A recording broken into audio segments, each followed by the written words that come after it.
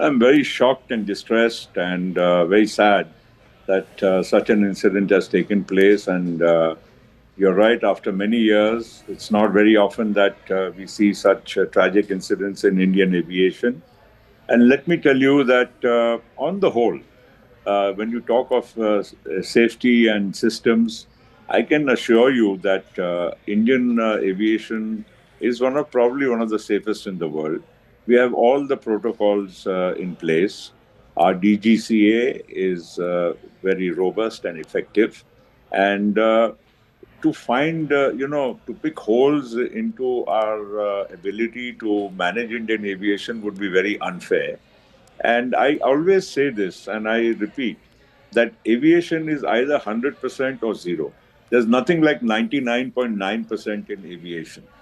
And therefore, in this case also, look at the aircraft. It arrived from Ahmedabad from Delhi. Obviously, it flew without any issue. And to take a 9.5 hour journey from Ahmedabad to London, obviously the pilots would have done all the pre flight checks. And no pilot is foolish enough to take off if he is not satisfied. The captain, per se, in this aircraft would have also had thousands and thousands of hours of command.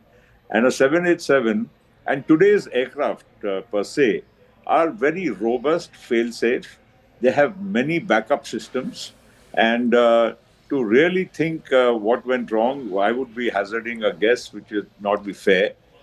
But the point here is the aircraft did go on a takeoff roll, and between the time the wheels went up and the time it crashed, probably the time frame would have been almost only about 60 seconds or so, because you Yes. can't go to 800 feet and crash and it be within I mean, the time span is only 60 seconds. Now, he's already given a mayday call. Now, I don't know what exactly went wrong. It will be, again, hazarding a guess, which would be unfair. The only thing which can be ascertained is now, since the aircraft has fallen just a few hundred meters from the airport and in the BJ Medical Complex, therefore, to retrieve the black box and the other equipment would be also, quite simple. We would be able to ascertain only after that. Let me tell you one more thing. In today's aircraft, they are very sophisticated. All the parameters of an aircraft, right? Every single second the aircraft is in the air, all the parameters are recorded, not only by the aircraft, but they're also transmitted to a central command, real time, of the airline itself. So if there is, when an aircraft does a flight, there is a way to ascertain every single parameter during whatever the duration of the flight. So if anything would have gone wrong prior to this flight, or which may have escaped the attention of anybody, I'm sure this will be retrieved in no time once the equipment is found.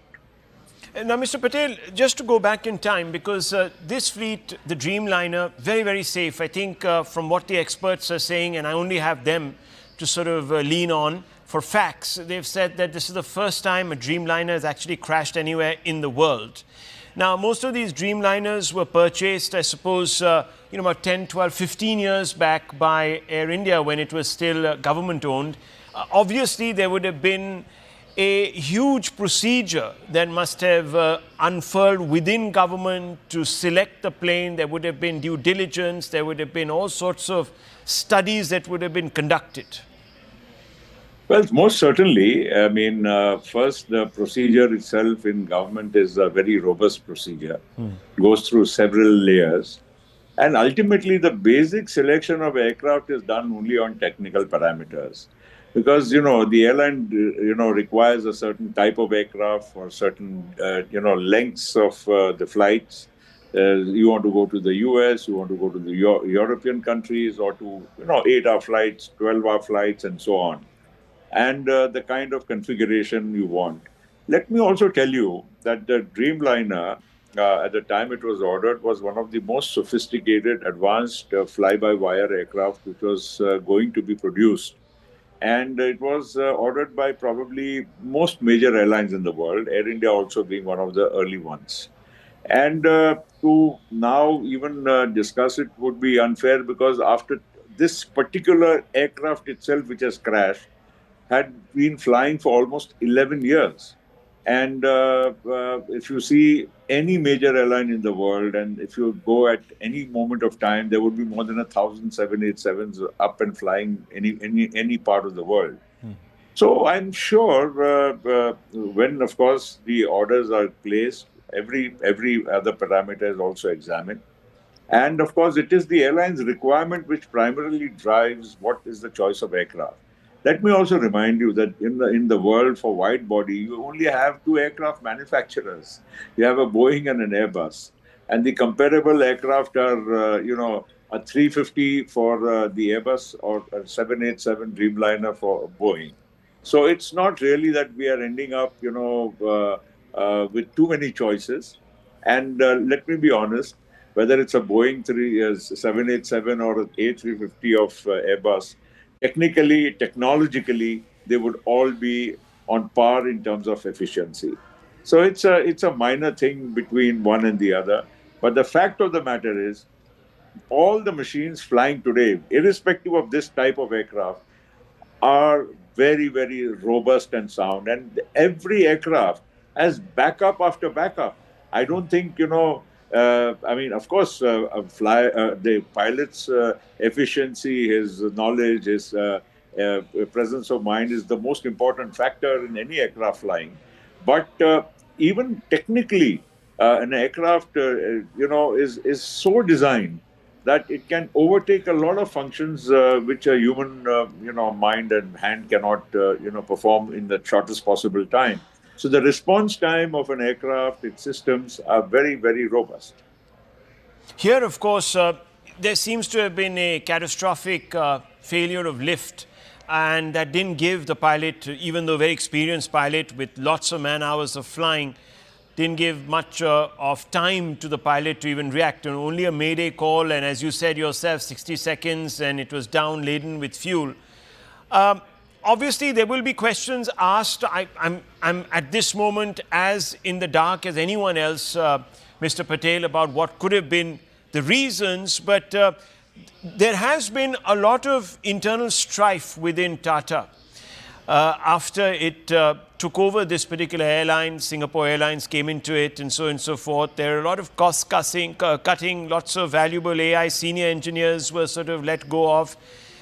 Could this have, at some level, affected operations, maintenance, checks, all of that? Do you think, or it's too premature to get into any of this?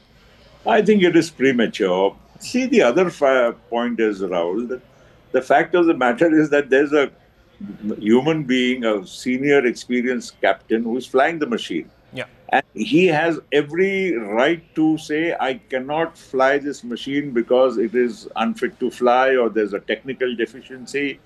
And if there was one, he wouldn't have done it himself. Yes. So I think it's hazarding a little bit of a wild guess. Yes, but I would also like to say that, the maintenance of Air India compares to the best anywhere in the world.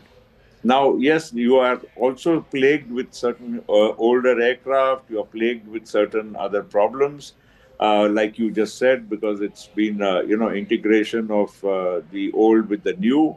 But that does not come into the way of the safety of the aircraft per se. And I would therefore say, and I can also say with a lot of sense of confidence, that Indian aviation checks and balances of the DGCA and other, the airline also has its own manual. The airline also has its own SOPs. The airlines don't cut corners, especially an airline like Air India, to, save cost or something just for the heck of making more money. I would say that Air India as an airline has its own SOPs put very, very strongly in place. And again, this commander, or many of the commanders, or most of the commanders, I would say, flying a 787 have so many thousands and thousands of hours of pilot in command that they know the aircraft inside out. They know everything what needs to be done. And I don't think an aircraft flying to London on a 9.5 hour flight would have taken off without the proper pre-flight checks by the captain.